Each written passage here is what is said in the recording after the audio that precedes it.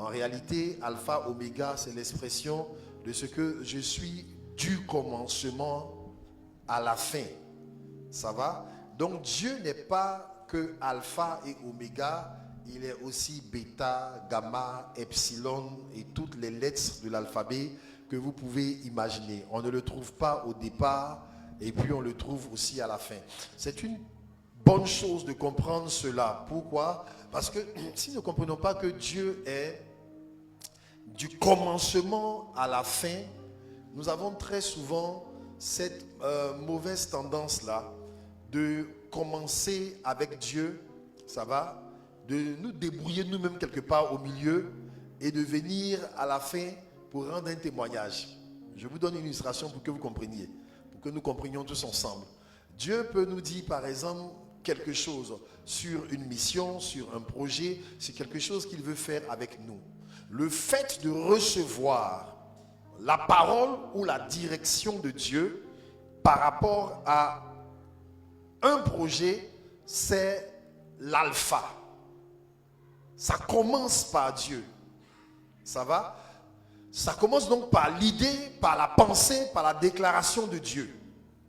Mais si ça commence uniquement par Dieu et qu'au niveau de bêta, on a laissé Dieu quelque part, amen, c'est pas évident qu'on le retrouve donc à l'oméga. Ou bien l'oméga qu'on vient présenter ici, c'est quelque chose, n'est-ce pas, qui ne lui appartient pas, dans lequel il n'a pas sa gloire, il n'a pas sa main.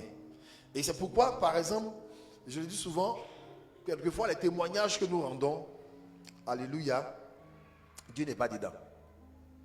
Je ne dis pas nous en tant que nous ici, je dis nous en tant que nous général.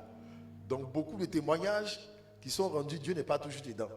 Parce que ça a commencé avec Dieu, mais au bêta, Dieu n'était plus là. Quand Dieu vous donne une parole, une vision, c'est l'alpha.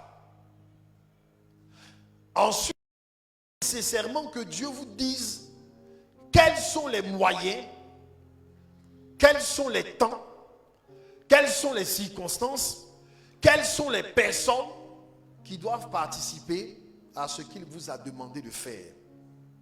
De sorte que quelque chose peut avoir été pensé, impulsé par Dieu, c'est l'alpha.